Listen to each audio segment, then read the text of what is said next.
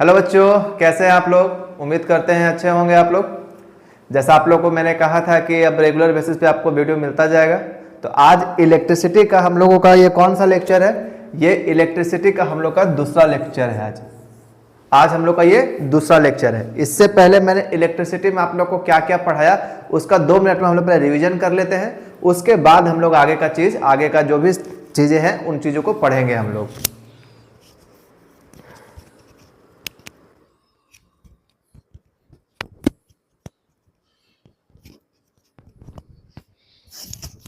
ठीक है, तो थोड़ा सा रिवीजन कर लेते हैं हम लोग सबसे पहले क्या पढ़ा है हम लोगों ने जो पढ़ा है वो सबसे पहले पढ़ा है वो है इलेक्ट्रिसिटी, इंट्रोडक्शन ऑफ इलेक्ट्रिसिटी, जिसमें मैंने आप लोगों को बताया कि इस इंट्रोडक्शन ऑफ इलेक्ट्रिसिटी में सिंपली क्या होता है कि जो भी हमारे घरों में यूज होता है इलेक्ट्रिसिटी, हम लोग उसके बारे में बात कर रहे होते हैं। उसी इलेक्ट्रिसिटी के बारे में जानकारी होती है कि जब तक एक सर्किट कंप्लीट नहीं होगा तब तक इलेक्ट्रिसिटी पूरा वो फ्लो नहीं होगा, ये घूमेगा नहीं, या हमारे घर में इलेक्ट्रिसिटी नहीं आएगी। इलेक्ट्रिसिटी का यूज हमने देखा, कारखानों में देखा, हमारे इंडस्ट्री में देखा, घरों में जो मोस्टली घरों में देखा, फिर जो भी चीजें हैं जिस तरीके से वो इलेक्ट्रिसिटी के बारे में हमने डिफाइन कर रखा सारी चीजों के बारे में। उसके बाद हमने टाइप्स ऑफ इलेक्ट्रिसिटी के बारे में बात की थी, जिसको हम लोगों ने कहा था कि ये कितने टाइप का होता है, 2 टाइप का होता है। पहला होता है कौन सा? स्टैटिक इलेक्ट्रिसिटी, दूसरा है करंट इलेक्ट्रिसिटी।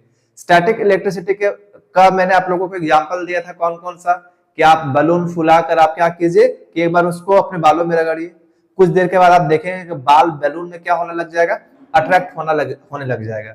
इसी तरीके से आप कंघी को चाहे तो आप रगड़ सकते हैं बालों में, और छोटे छोटे जो पेपर के पीसेज होते हैं उसको आप उठाकर देख सकते हैं, तो आप देखेंगे क्या कि वो पूरा का पूरा जो पेपर है वो क्या होने लग जाएगा, अट्रैक्ट होने लग जाएगा कंघी की ओर। इसमें क्या होता है, जैसे मैंने आप लोगों को सिखाया था कि जो हमारे एक्सेस जो पॉजिटिव चार्ज है बालों में, वो क्या होता है, वो ट्रांसफर हो जाता है किसमें, कंघी में या बलून में, जिसमें उसमें नेगेटिव चार्ज क्या होता है, क्रिएट होता है, जिसके कारण दोनों में क्या होना स्टार्ट होता है, अट्रैक्शन होना स्टार्ट होता है। और मैंने आप लोगों को कल बताया भी था, जो सिमिलर चार्जेस होते हैं वो क्या करते हैं, आपस में एक दूसरे को अट्रैक्ट करते हैं, और जो सिमिलर चार्जेस होते हैं वो आपस में क्या करते हैं, एक दूसरे को रिपेल करते हैं, और जो डिसिमिलर चार्जेस होते हैं जिसको अनलाइक चार्ज कहते हैं वो आपस में क्या करते हैं, अट्रैक्ट करते हैं। इसका मतलब पॉजिटिव अट्रैक्ट करेगा, नेगेटिव गलत बोल रहा हूं मैं, पॉजिटिव रिपेल करेगा, नेगेटिव रिपेल करेगा, और पॉजिटिव नेगेटिव क्या करेगा, साथ में उसको अट्रैक्ट करेगा, नेगेटिव पॉजिटिव अट्रैक्ट करेगा। ये हमने कल आप लोगों को पढ़ा रखा था।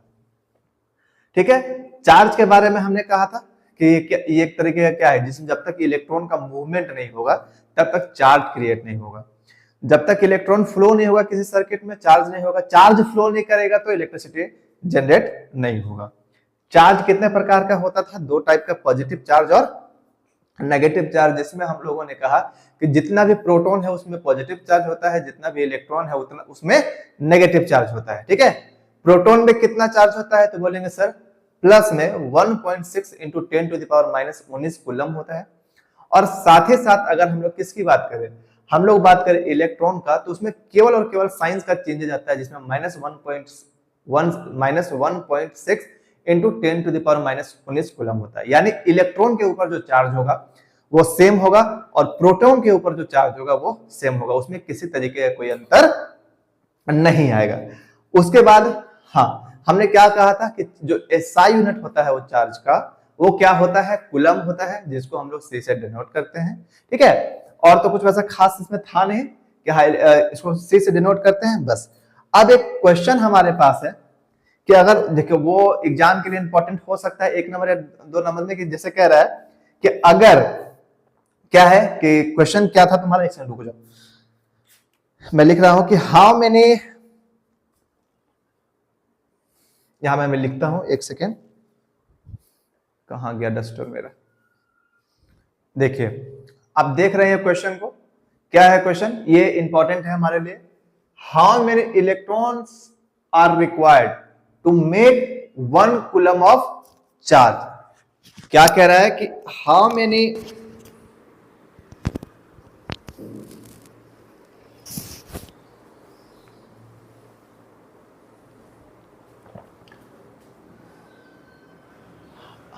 Electrons are required to make 1 coulomb of charge. देखो बाबू, हमारे में जो चार्ज और इलेक्ट्रॉन का जो रिलेशन है वो क्या होता है, Q equal to n e, यानी charge equal to number of electron और इलेक्ट्रॉन का। ठीक है, तो अब हम लोग यह देखना है कि हमसे पूछ रहा है कि कितना निकालना है।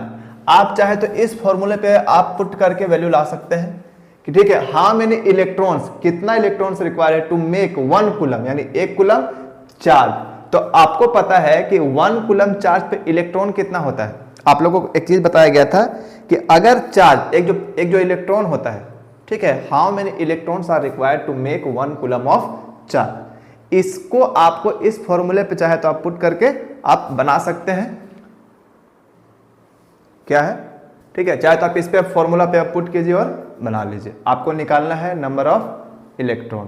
तो अब हम लोग एक चीज देखते हैं कि हम लोग ये जानते हैं सर कि 1 इलेक्ट्रॉन के ऊपर चार्ज कितना होता है। तो बोलेंगे सर 1.6 इंटू 10⁻⁻19 कूलम ये चार्ज होता है। कि अगर एक इलेक्ट्रॉन है तो चार्ज इतना है। तो अगर हम लोग यूनिटरी मेथड से बनाते थे, याद है, कहते थे कि अगर 1.6 इंटू 10⁻⁻19 कूलम चार्ज, इसका संख्या कितना है, एक इलेक्ट्रॉन है। तो अगर मुझे 1 कूलम चार्ज निकालना हो तो हम लोग क्या करते हैं, 1/1.6 इंटू 10⁻⁻19 कूलम।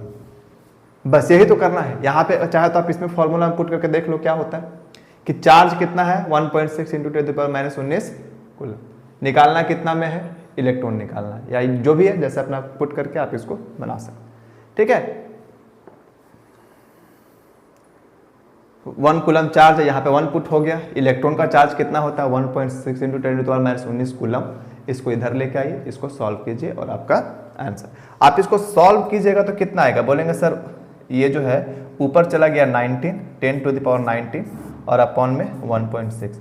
आप चाहे तो इसको ऐसे भी लिख सकते हैं सर 10 इंटू 10⁻18 अपॉन में 1.6। आप जब इसको सॉल्व करेंगे तो ये आएगा 6.25 इंटू 10⁻18। ठीक है, तो पूछ रहा है कि हाउ मेनी इलेक्ट्रॉन, तो बोलेंगे 6.25 इंटू 10⁻18 इलेक्ट्रॉन।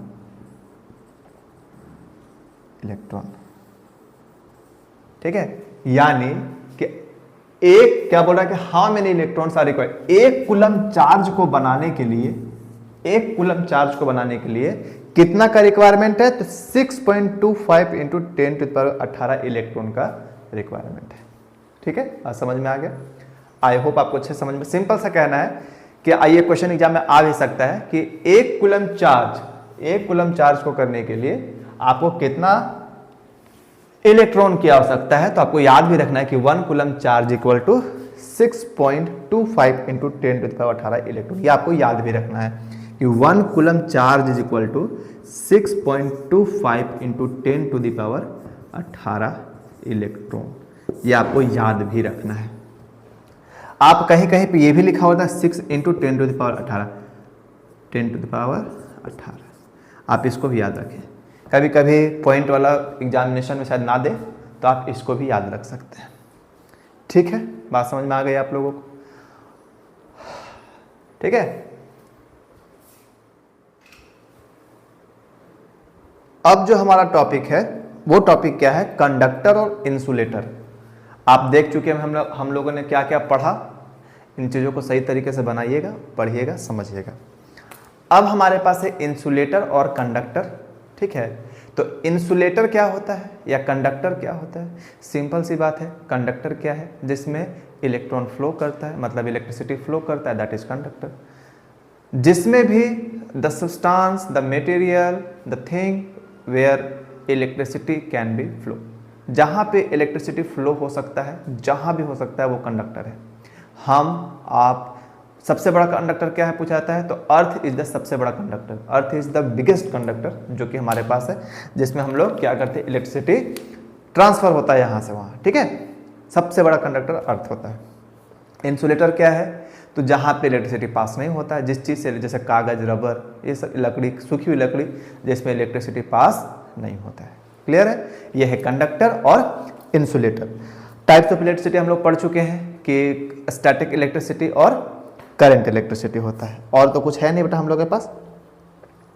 अब बस आप लोगों को फिर से बोल रहे कि अभी तक जो याद रखने वाली जो बातें हम लोगों ने जो पढ़ा है वो हम लोगों ने बस मुझे इतना याद रखना है कि 1 कूलम चार्ज में अभी तक जो हमने पढ़ा उसमें 6.25 इंटू 10⁻18 इलेक्ट्रॉन कि एक कूलम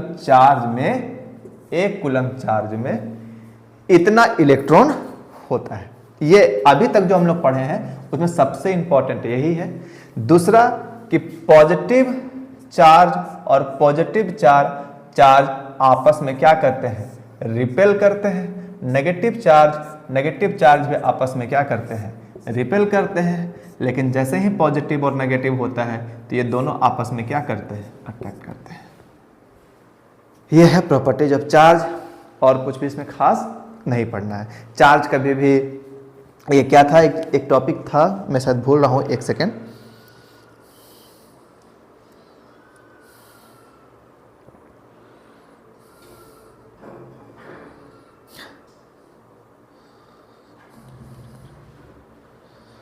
ठीक है, बाकी तो और वैसा कुछ खास नहीं है। ठीक, अब हम लोग बढ़ते हैं।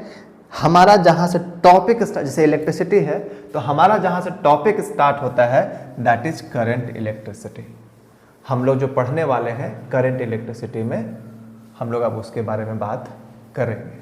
ठीक है, तो हमारे पास सबसे पहले है करंट। क्या है, इलेक्ट्रिक करंट, इलेक्ट्रिक जिसके बारे में आप सबसे पहला कि जिसको आप देख रहे हैं अभी जो आप देख रहे हैं, जो मोबाइल देख रहे हैं, उसको भी चार्ज करने के लिए क्या चाहिए, इलेक्ट्रिक करंट चाहिए।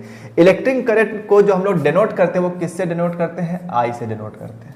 सबसे पहला क्या है कि इलेक्ट्रिसिटी जो नोटेशन का साइन है वो साइन कौन सा है, आई है इलेक्ट्रिक करंट के बारे में। अब ये सर होता क्या है, वही करंट के बारे में बात कर रहे हैं जो हमारे घरों में यूज होता है। तो इलेक्ट्रिक करंट में क्या हम लोग सबसे पहले देखेंगे, हम लोग सबसे पहले ये देखेंगे कि इसका डेफिनेशन क्या है। ठीक है, तो सिंपल एक भाषा में अगर कहा जाए कि the flow of charges, simple the flow of charge, जब तक चार्ज फ्लो नहीं होगा। लेकिन अगर इसको डिफाइन करके कहना हो तो बोलेंगे क्या, the rate of flow of charge through a conductor through a cross section. मतलब किसी भी कंडक्टर से कितना समय में इलेक्ट्रिसिटी पास हो रहा है that is electric current. Charge कितना पास हो रहा है दैट इज इलेक्ट्रिक करंट। यानी अगर हमको इसको आप देखो कहीं डेफिनेशन लिखा हुआ आ रहा होगा, क्या कह रहा है कि the rate of flow of electric charge. मतलब डेफिनेशन अगर हमको इसका कहना हो क्या होना हो तो हम कहेंगे कि the flow of electric charge is known as electric current. Simple, जो चार्ज फ्लो कर रहा है उसको हम लोग क्या कहते हैं, इलेक्ट्रिक करंट कहते हैं। लेकिन अगर हमको इसको लिखना तो बोलेंगे क्या, the rate of flow of electric charge, मतलब कितना समय में कितना चार्ज फ्लो हो रहा है दैट इज इलेक्ट्रिक करंट। समझ में आ गया बात, आप डेफिनेशन यहां देख सकते हैं, the rate of flow of electric charge is known as electric current. Simple सा बात है। इसका फॉर्मूला क्या हो गया, इसका मतलब आई का, तो आई का जो फॉर्मूला हो गया वो हो गया कि द रेट क्या है, the rate of flow of charge. तो चार्ज का फ्लो कितना में, कितने समय में चार्ज का फ्लो हो रहा है that is known as electric current. यानी I equal to q by t, कितने समय में कितना चार्ज फ्लो हो रहा है that is electric current. Clear है। अब कितना, जैसे कि हम लोग अपने घरों में जो इलेक्ट्रिसिटी हो रहा है आप देखते हैं मीटर लगा हुआ रहता है, तो कितना उसको नापने के लिए, उसको मापने के लिए, उसको मेजरमेंट करने के लिए जिस इंस्ट्रूमेंट का यूज होता है हम लोग उसको कहते हैं अमीटर। क्या कहते हैं, अमीटर कहते हैं, सॉरी अमीटर। ठीक है। दूसरा, इलेक्ट्रिक करंट का जो एसआई यूनिट होता है वो होता है क्या, ampere. SI unit of electric current, simple में लिख देते हैं। तो SI unit of electric current क्या होता है, एम्पेयर। पूरा ही लिख देते हैं, क्या दिक्कत है। इलेक्ट्रिक करंट क्या है, एम्पेयर, एम्पेयर। अच्छा, एक बात और याद रखना कि इसमें क्या होगा, कभी कभी जब न्यूमेरिक, ये क्या कहते हैं, जो एमसीक्यूज का जो क्वेश्चन होता है उसमें एम्पेयर ऐसे भी लिखा हुआ मिलेगा, कभी कभी एम्पेयर ऐसे लिखा हुआ मिलेगा। तुम तो बोलोगे दोनों सही है सर, दोनों लिखा हुआ सही है, स्पेलिंग में तो कोई गलती नहीं है। तो हमेशा याद रखना, टिक करना किसको, इसको, क्योंकि जब भी हम लोग किसी साइंटिस्ट के नाम पे कुछ चीजों को रखते हैं तो उसका जो कैपिटल जो पहला लेटर होता है वो स्मॉल होता है, लेकिन इसको जो डिनोट करेंगे वो किससे डिनोट करेंगे? आई से। एम्पियर को सॉरी ए से, एम्पियर को डिनोशन किससे हम लोग करते हैं? डिनोट किससे करते हैं? ए से।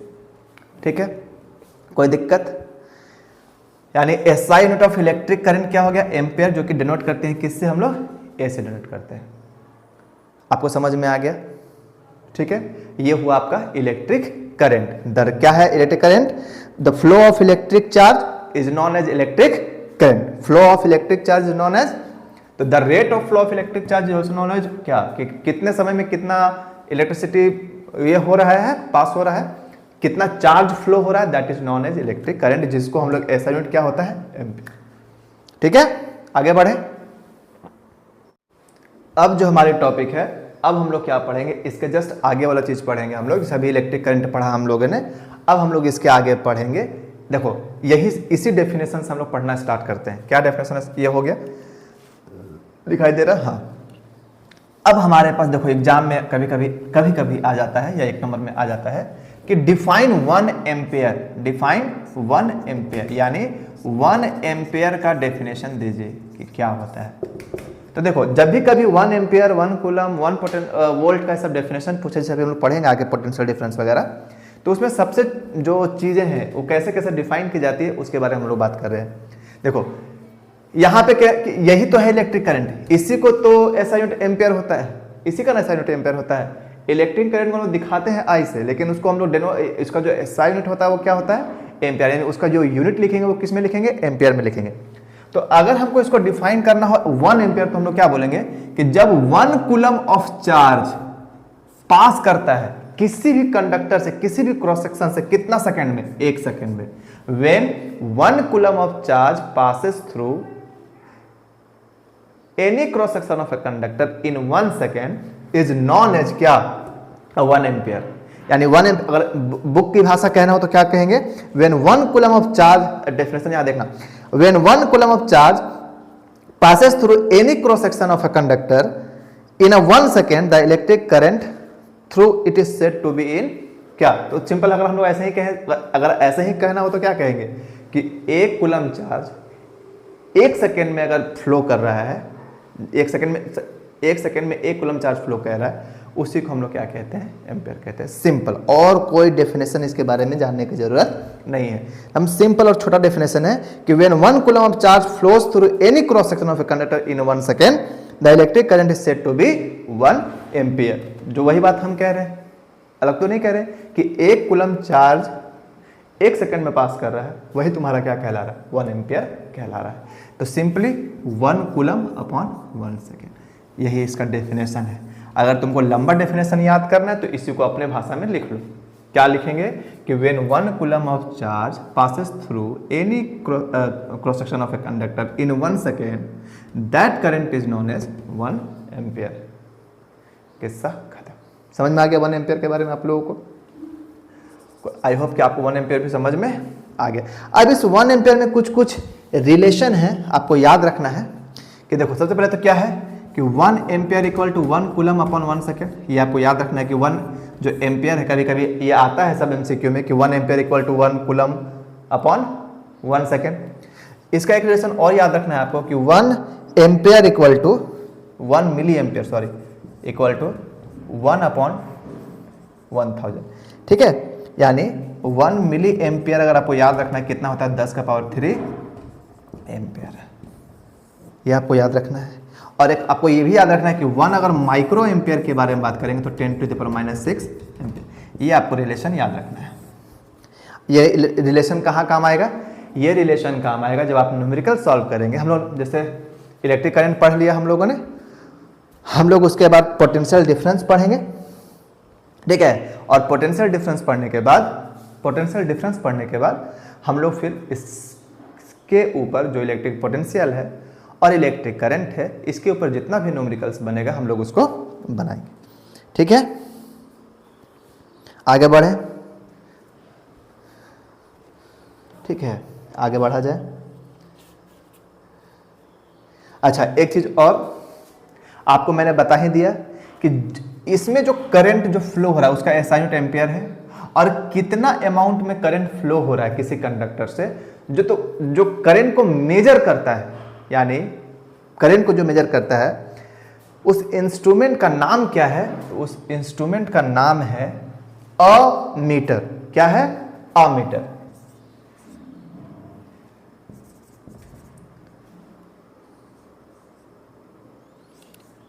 अमीटर, इसको याद रखिएगा कि जिसको हम लोग कहते हैं कि जो मेजरमेंट है इलेक्ट्रिक करंट का, वो कौन करेगा?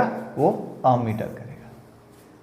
ठीक है, क्योंकि अभी आप लोग रेसिस्टेंस वगैरह पढ़े नहीं है, तो इसका एक और चीज होता है, मतलब इसमें एक नंबर का बहुत इंपॉर्टेंट टॉपिक है वो रेसिस्टेंस वगैरह। तो जब हम लोग ओम्स लॉ पढ़ लेंगे, जिसमें हम लोग रेसिस्टेंस के बारे में जान लेंगे कि रेसिस्टेंस क्या है, आर क्या है, तो हम लोग उस चीज़ को डिफाइन करेंगे। फिलहाल इलेक्ट्रिक करंट के बारे में इतना कि the rate of flow of electric charge through any cross section of conductor in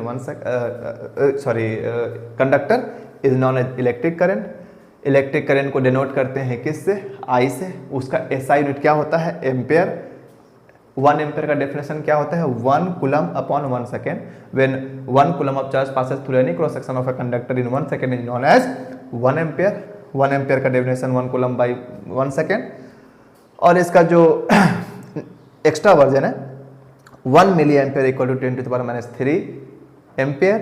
1 micro ampere equal to 10 to the power minus 6 ampere. इतना आप लोग को याद रखना है। समझ में आ गया? कोई दिक्कत? अब हम लोग रेसिस्टेंस वगैरह के बारे में पढ़ेंगे कि अमीटर को किस तरीके से कनेक्ट करना चाहिए, क्या उसका कनेक्शन का तरीका होना चाहिए, ये हम लोग पढ़ेंगे आगे वाले में। वैसे आपको याद, मतलब जैसे आप इस सीरीज और पैरेलल कॉम्बिनेशन आप जानते नहीं है, लेकिन आप ये भी याद रखिए कि जो अमीटर है वो हमेशा सीरीज कॉम्बिनेशन में इसको ऐड किया जाता है। ये ध्यान में रखिएगा आप, सीरीज कॉम्बिनेशन में अमीटर को ऐड किया जाता है। अब इस सीरीज कॉम्बिनेशन क्या होता है, पैरेलल कॉम्बिनेशन क्या होता है, आगे हम लोग पढ़ेंगे। ठीक है, अमीटर के पास देखो, क्योंकि एक चीज और है कि रेसिस्टेंस, जो रेसिस्टर होता है वो क्या होता है, थोड़ा सुन लो, वो क्या करता है, करंट के इलेक्ट्रिसिटी के जो फ्लो होता है उसको रोकता है, रोकने की क्षमता। तो यहाँ पे एक चीज और आपको पढ़ना है, सारा कुछ यहाँ पे हम लगा देंगे, सारा कुछ आप उसको देख के नोट कर सकते हैं। ठीक है, आप एक चीज ध्यान रख सकते हैं क्या, कि जैसे देखो करंट फ्लो हो रहा है, तो अगर करंट फ्लो हो रहा है तो किसी चीज में अगर रुकावट डालोगे तो वो कम हो जाएगा। तो रुकावट ना डालें, जिसके लिए जो अमीटर है उसके पास जो रेसिस्टेंस होना चाहिए वो बहुत कम होना चाहिए। एक लाइन कह रहा है ये, ठीक है, कि have very low resistance, low resistance, ताकि इससे मैक्सिमम करंट फ्लो हो सके। और आपसे एक क्वेश्चन पूछा जाए कि आइडियल रेसिस्टेंस क्या होता है, तो अमीटर क्या होता है, तो आप बोलेंगे ऐसा अमीटर जिससे जीरो रेसिस्टेंस हो, मतलब पूरे तरीके से इलेक्ट्रिसिटी फ्लो किया जा सके, वो होता है आइडियल क्या, अमीटर। ठीक है, इतना आप लोग याद रखें, इतना आप लोग देखें। कोई दिक्कत?